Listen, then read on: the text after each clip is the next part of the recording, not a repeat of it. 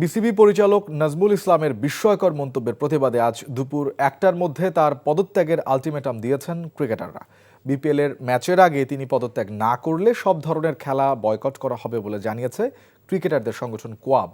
Mirpur Sherebangla cricket স্টেডিয়ামে আজ ফিরছে বিপিএল। ঢাকা পর্বের প্রথম দিনের প্রথম খেলায় মুখোমুখি হবে চট্টগ্রাম রয়্যালস ও নোয়াখালী এক্সপ্রেস।